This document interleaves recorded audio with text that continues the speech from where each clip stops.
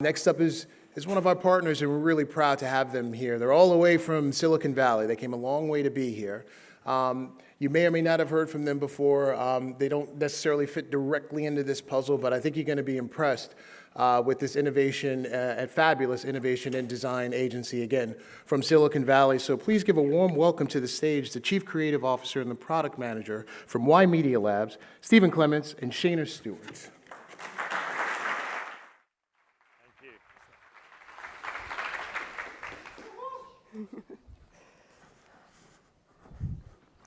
As was just mentioned, I feel a little bit out of place here because we're a design and innovation agency from Silicon Valley, and we never make ads. I've never made an ad. We've never made an ad.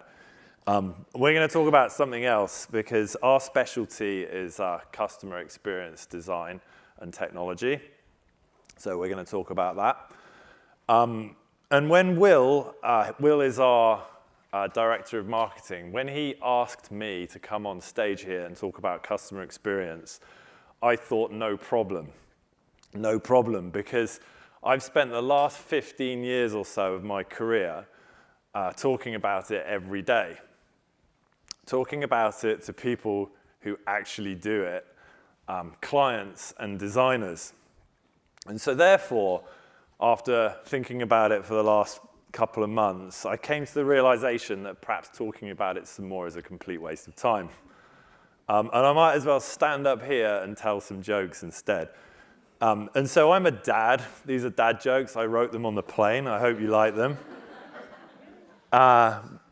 Waiter, waiter, there's a fly in my soup. That's not a fly, it's a QA bug. Like I said, design and technology. Waiter, waiter, there's a fly in my soup. That's not a fly, it's a loyalty program. Collect 9 more, and you get a free slug in your salad. Waiter, waiter. No, you see, so a friend of mine, his wife, is a flight attendant for United Airlines. That's not her, by the way. But she says that on every flight, without fail, there's at least one customer who is so angry, so bitter, so mad that they start saying things like, United is the worst airline. That's not her, by the way, just in case there's anyone from United here.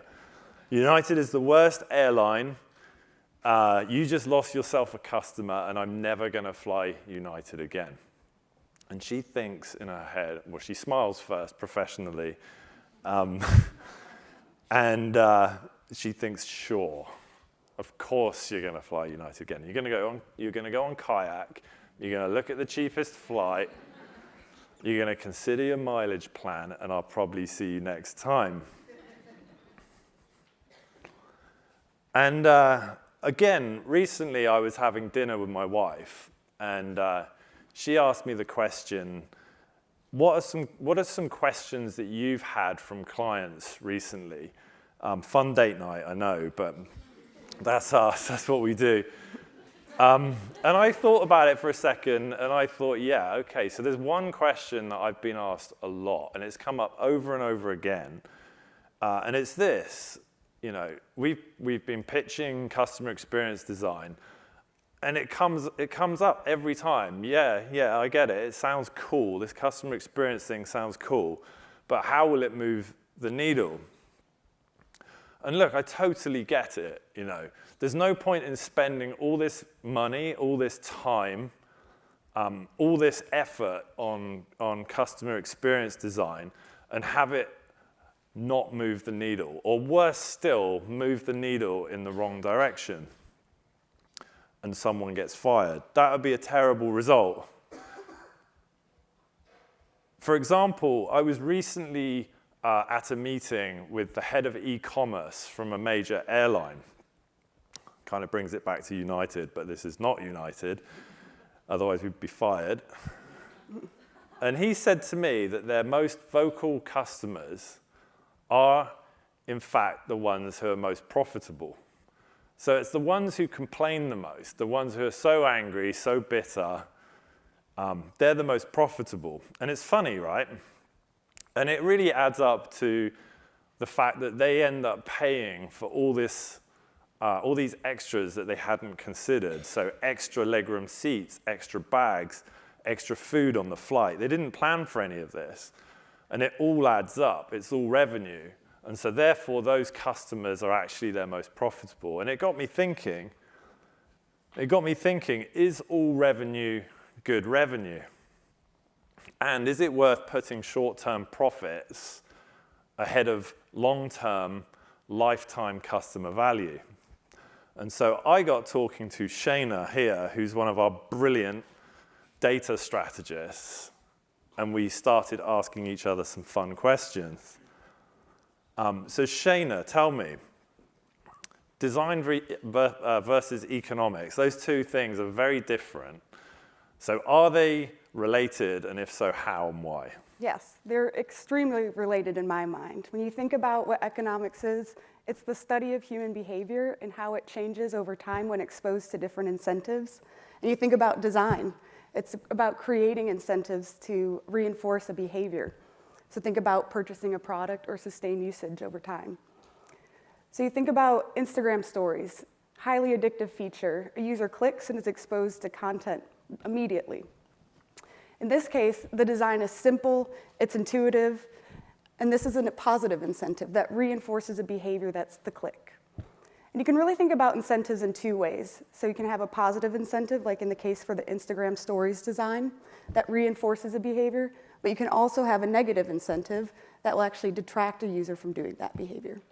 Brilliant. So what I think you're saying, Shana, correct me if I'm wrong, is it's a carrot and a stick. Yeah. You give people a carrot to reward them for positive behavior, and you hit them with a stick to reward them for bad behavior. Exactly. Got exactly. it. So the next one is customer experience versus revenue. Are they the same thing, or are they different? Sometimes. So I think we've all probably written this slide that customers are willing to pay more for a better experience, right?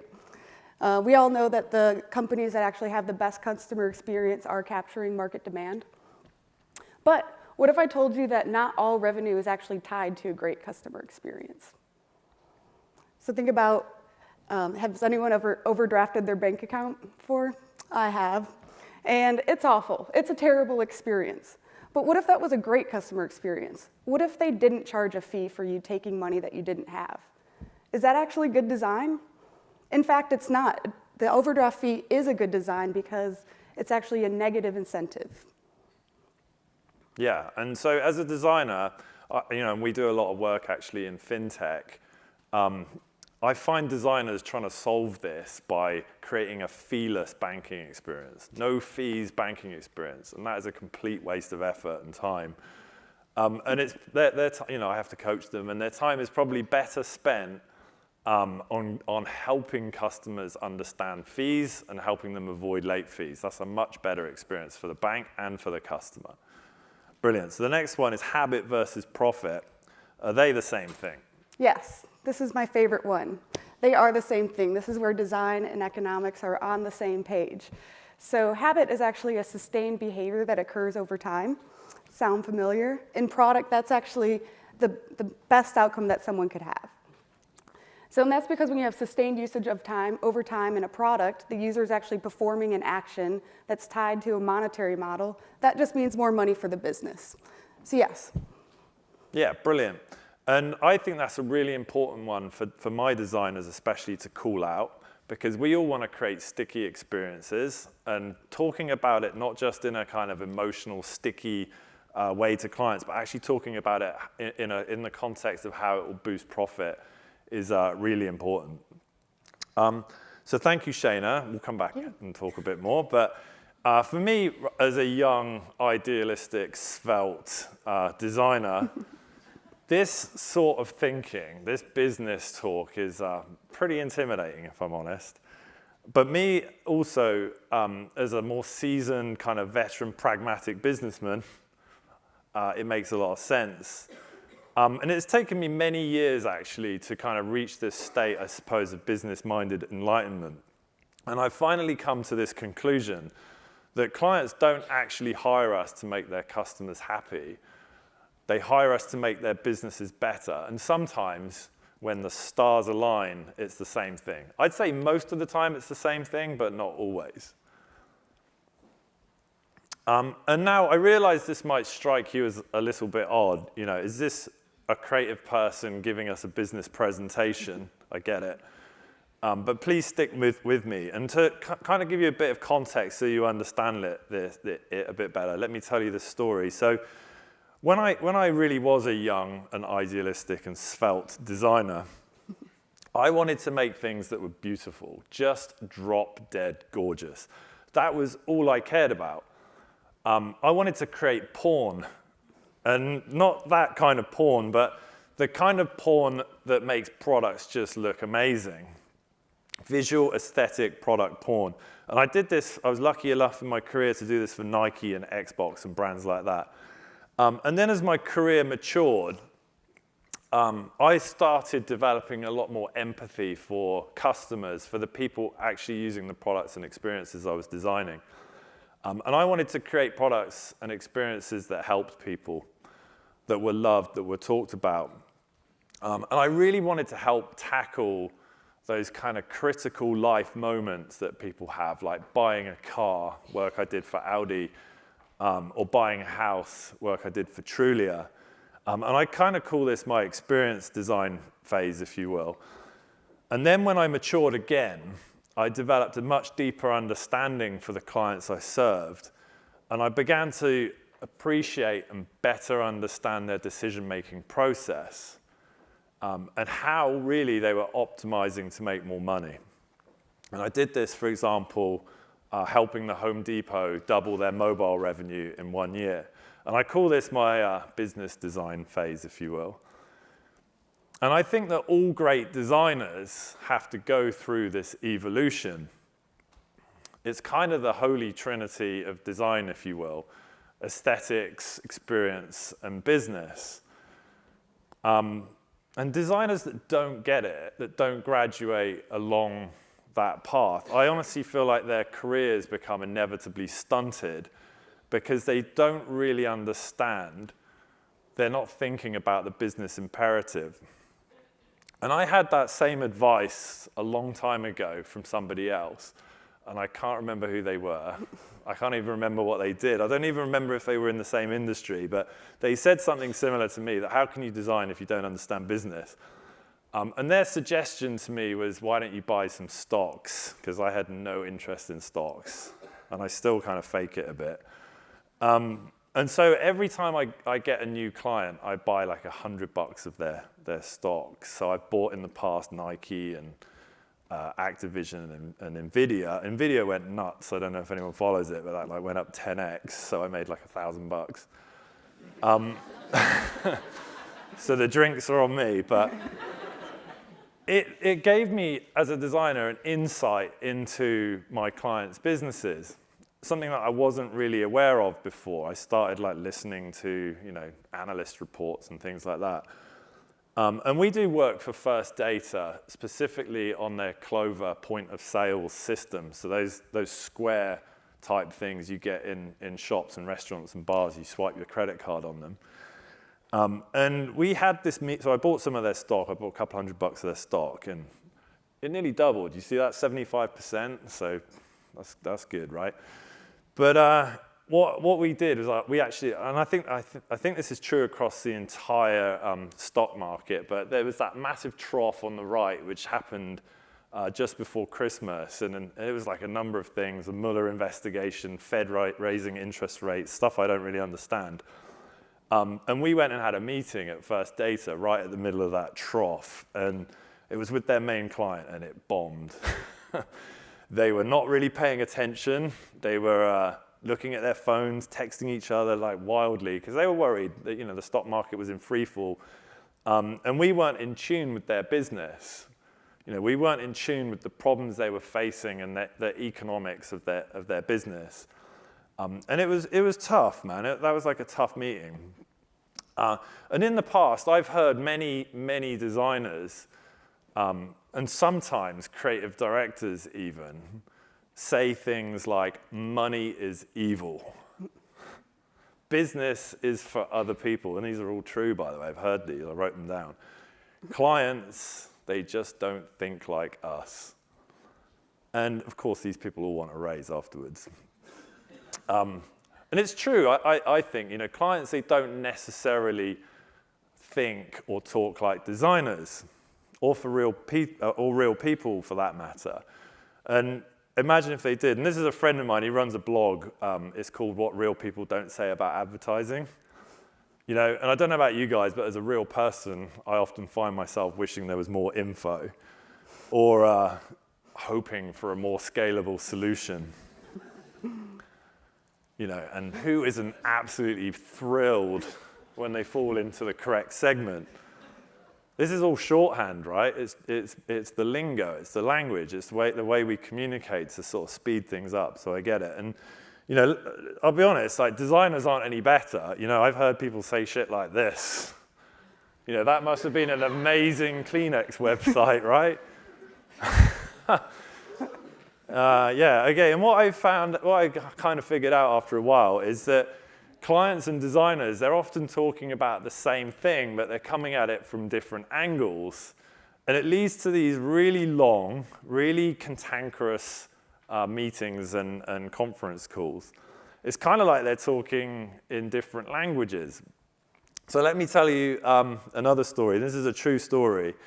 I was on one of those cantankerous conference calls, and my team were presenting a website to a client, it was going around in circles, and the client said, "I want you to uplift the branding quotient." literally his words. And one of the designers, it wasn't me, he said, "Do you mean make the logo bigger?" And the client said, "Yes." I mean, there's probably a bit more to it as well, but the client did say yes.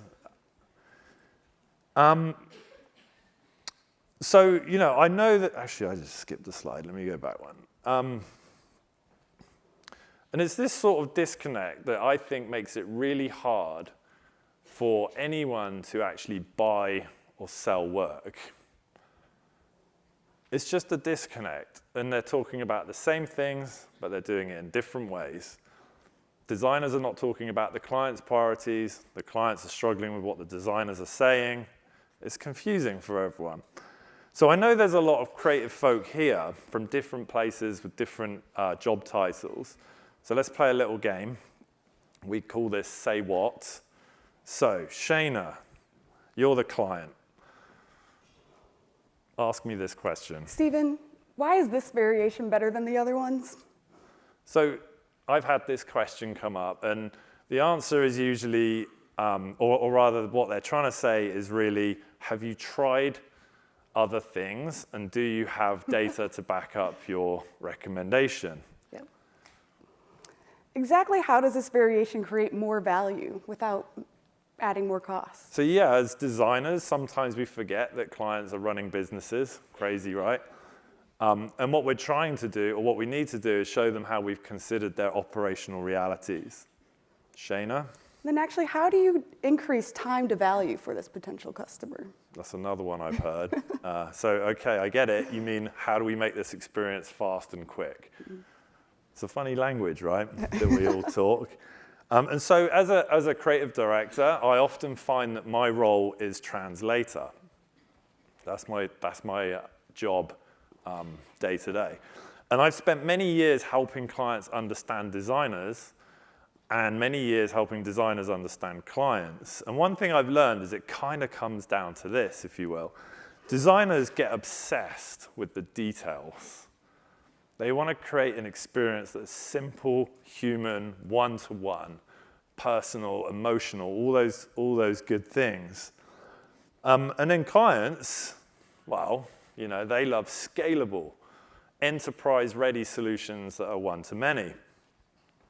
And they are quite rightly obsessed with how this is going to make them $1 gajillion. But of course, these two things I don't think are at odds. They are each mutually beneficial. And it's not even like it's binary, it's a spectrum. People move along it. And I know designers who can think about scalable, enterprise-ready solutions. And I know great clients who can think about simple, human, emotional experiences, in design and technology. And they're the two sides to the same coin, if you ask me. And it's made me come to this realization that design itself is really a tool for making businesses better. So here's what I want you to walk away with. As designers and technologists, we're not artists. We're not creating art for no other purpose than it makes us feel good. We're designing and engineering solutions that make businesses better. And that's our job, plain and simple. So at Y Media Labs, where I work, I'm the Chief Creative Officer there, we have this way of thinking built into our DNA. And every day we strive to use our superpowers of design, strategy, and technology to help build better businesses, to help create lasting impact for our clients, one-to-one and one-to-many. Thank you.